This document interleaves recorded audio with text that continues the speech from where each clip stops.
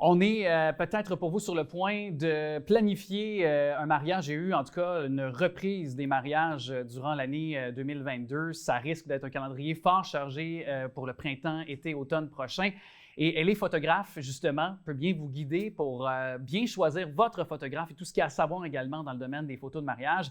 Elle est photojournaliste, également ambassadrice pour Nikon Canada, chroniqueuse émérite aussi à cette émission et amie. Salut Sarah Maud. Salut Alex. Content de te retrouver. Je me suis marié dans une autre vie, mais il y a une chose qui, en tout cas, est claire. Je suis divorcé, mais au moins, quand je retombe sur mes photos de mariage avec mon ex, ils sont belles encore parce qu'on avait bien fait les choses. Et toi, tu veux justement nous donner un bon point de départ. Quel est ce point de départ pour bien choisir notre photographe pour avoir de belles photos éventuellement lors de notre mariage, par exemple? Ben, écoute, Alex, comme tu sais, je m'inspire beaucoup de ma vie professionnelle pour donner des thématiques de chronique. Et puis, il n'y a pas longtemps, il y a 2-3 semaines, j'ai quelqu'un qui m'a annoncé qu'il allait se marier l'année prochaine et qui m'a demandé des conseils avant même de planifier quoi que ce soit sur son mariage, parce que pour elle, le plus important, c'était les photos et la vidéo. Donc, à partir de là, je lui ai dit, écoute, c'est assez simple, il y a quelques trucs. Par exemple, l'heure où tu te maries, c'est important par rapport au coucher du soleil. Okay. Ça, c'est un bon point. Si on se fie, par exemple, dépendamment de la saison, parce qu'en hiver, comme en été, le soleil ne se couche pas à la même heure. Donc, si par exemple, sur Google, on voit que telle date, il se couche à 18 heures, il faut planifier au moins 1h30 à l'avance l'heure des photos de couple. Ouais. Donc, le lieu aussi, est-ce que le lieu peut avoir une incidence? Tu sais, on pense près d'une forêt, près d'un cours d'eau, dans un champ, par exemple, tout ça? Absolument. Bien, le lieu peut avoir une incidence en extérieur, c'est certain. Le lieu peut avoir une incidence pour le décor et puis les options de photographie possibles. Aussi, si jamais il pleut, il faut aussi penser à avoir éventuellement un endroit où on peut faire les photos à l'intérieur. Et ça demande une belle fenestration, une belle lumière naturelle le plus possible parce que c'est toujours plus joli, à mon sens, une photo en lumière naturelle. Et puis aussi, quand on fait un choix de lieu, par exemple, si on veut se marier dans une église ou dans une chapelle ou si on préfère se marier à l'extérieur, dans ce cas-là, c'est bien d'avoir une sorte de tente, mais pas une tente, mais une toile blanche pour couvrir un peu et diffuser la lumière. Parce qu'à plein midi, sur le soleil, la lumière peut être très difficile pour les visages et ça fait des photos un peu moins belles et le fun pour se marier. Et si on est à l'intérieur dans une chapelle ou une église, aller vers des lieux très lumineux, le plus blanc possible, et surtout, que ce soit en cérémonie ou pendant qu'on se marie, en cérémonie ou en réception, c'est d'éviter les lieux avec du bois. Le bois Oui, parce que le bois, c'est très sombre, déjà en partant, et ça boit la lumière. Ce qui fait que c'est plus difficile pour un photographe, il va falloir flasher, ça va être beaucoup plus sombre comme mariage. Mais tout dépend de ce qu'on cherche comme style aussi. Oui, bien c'est ça, évidemment, la thématique de notre mariage, parce que tu l'as dit, tu sais, souvent c'est ce qu'il reste de nos, pour le meilleur et pour le pire, c'est ce qui reste de notre mariage, c'est les photos ou c'est les vidéos également. Est-ce que tu considères que pour bien choisir son photographe, c'est de bouche à oreille? Est-ce que c'est de voir le portfolio de ces photographes-là? Parce qu'il y en a plusieurs, là.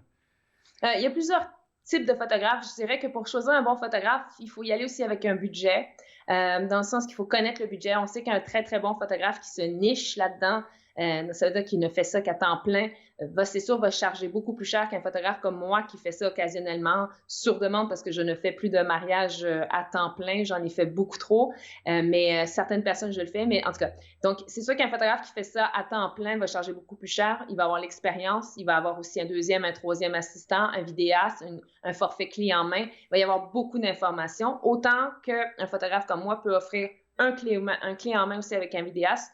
Mais j'ai un style beaucoup plus photo-reportage. Donc, c'est sûr que si on me demande des photos très léchées avec les détails de la robe, j'irai pas là. Dans les détails de la robe, c'est-à-dire... Tu vas aller dans l'émotion, toi. Ben, oui, c'est ça. Moi, je ferais, faire attention au pli de la robe. Je fais bouger les gens, donc c'est sûr qu'il va y avoir un mouvement. Donc, je suis moins spécialisée là-dedans. Par contre, photo-reportage, je vais y aller. Mais c'est sûr que ma gamme de prix va être aussi en fonction de mon expérience et de ce que j'offre comme service à côté de ça.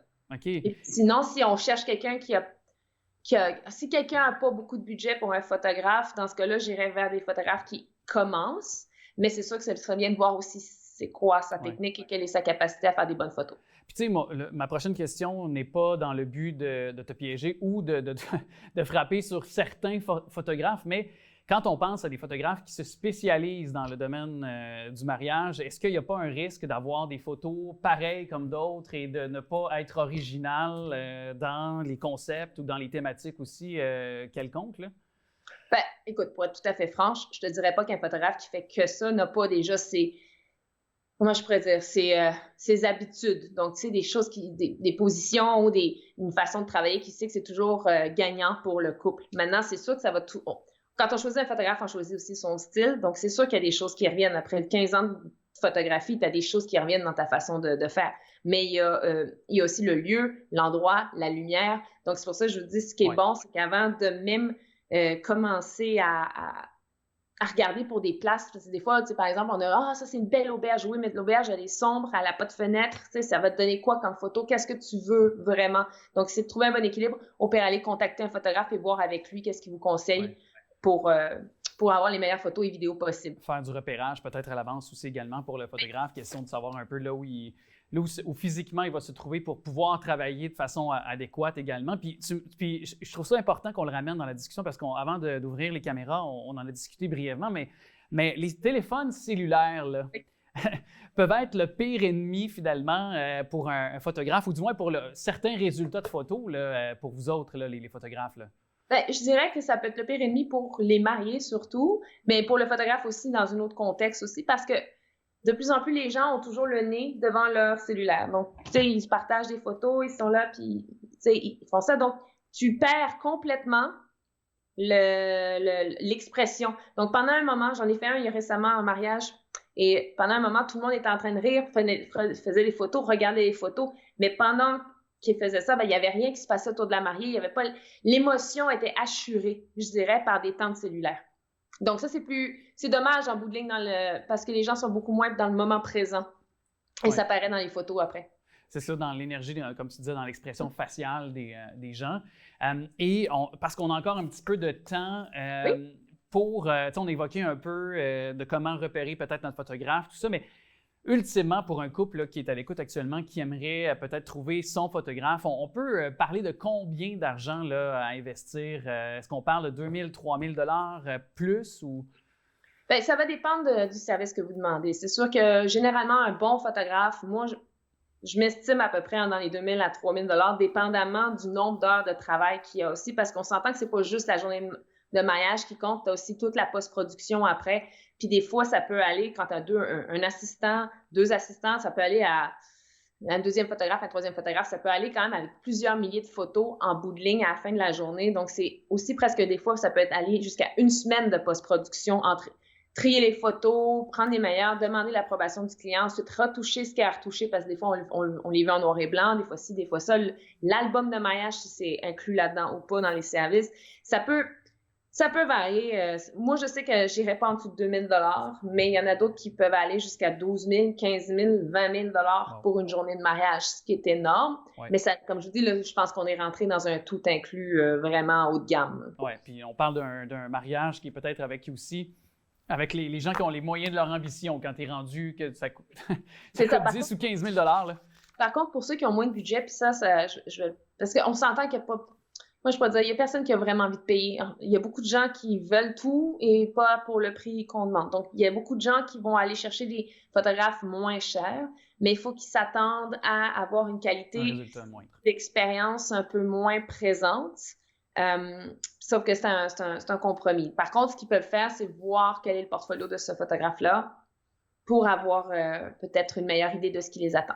Et même éventuellement demander une pré-séance. Ça aussi, ça se fait pour tester le photographe. Ah oui? OK. On peut faire ça? On peut faire des pré-séances de couple. Souvent, c'est un petit photoshoot qui va servir à faire des cartes d'invitation pour le mariage. Ouais, très bonne idée, ça, mais comme mot de la fin. Maud, merci beaucoup. On peut évidemment consulter ton portfolio à toi, sur Instagram notamment. Et je te dis à très bientôt pour une autre chronique. Merci, Alex. Ça me fait plaisir de t'avoir vu.